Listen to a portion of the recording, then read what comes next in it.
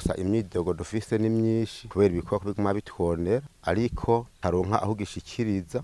Le prétexte d'exercer ses activités champêtres sur la lisière de ce parc national n'est autre que la terre de cette localité est encore fertile par rapport aux autres propriétés qu'il possède, estiment ces agriculteurs. Leurs lamentations sont liées au manque d'indemnité lorsque les animaux détruisent leurs champs.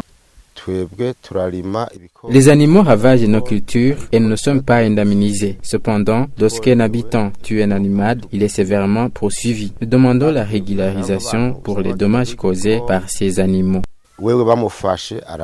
Pour barrer la route à ces animaux, les agriculteurs leur lancent des pierres. Explication de Bouchoumi Mathias, l'un des élus locaux, lui aussi en possession des champs dans cette zone. Nous faisons des gardes nocturnes. Si nous voyons un animal, nous crions pour qu'il parte. Des fois, nous lançons des pierres aux animaux ou nous allumons le feu pour les effrayer.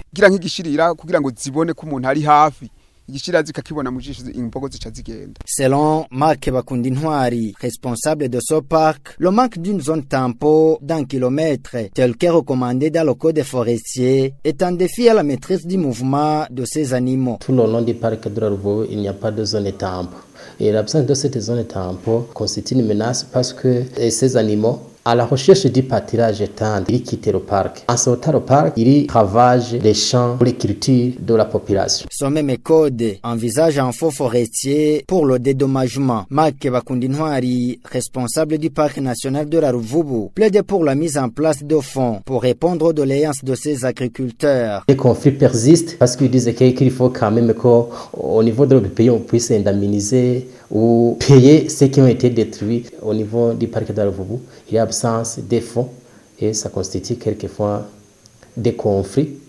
Et nous demandons quand même qu'il y ait un fonds pour indemniser ou pour payer ceux qui ont été détruits par ces animaux. Un fonds difficile à mettre en place pour le moment, répond Berkima Satungimana, directeur général de l'Office burundais pour la protection de l'environnement. C'est difficile de mettre sur les pieds donc ce fonds qui sont chargés donc d'indemniser. Et donc les gens qui disent que les animaux donc sortant des parcs endommagent leur culture. Mais à Ruvubu, les entretiens que nous avons eu avec la population, nous les avons souligné, montrer donc les cultures qu'ils peuvent cultiver aux alentours donc des parcs. Mais dire que le ministère, bien l'office, va mettre sur les pieds un fonds pour l'indemnisation, bien pour le dédommagement des habitants. Pour le moment, je dirais que ce n'est pas possible. Mais peut-être, il y a donc des solutions de rechange, notamment avec les programmes d'appui au ministère. On peut monter donc des projets, et alors dans le sens donc d'appuyer donc ces habitats vivants autour donc de ce parc. Cette aire protégée de la Ruvubu est partagée par 8 communes des provinces de Karusi, Ruyigi, Cankuzo, Muyinga. 44 espèces d'animaux constituent la faune du parc de la Ruvubu. Parmi ceux-là, 80% sont des herbivores.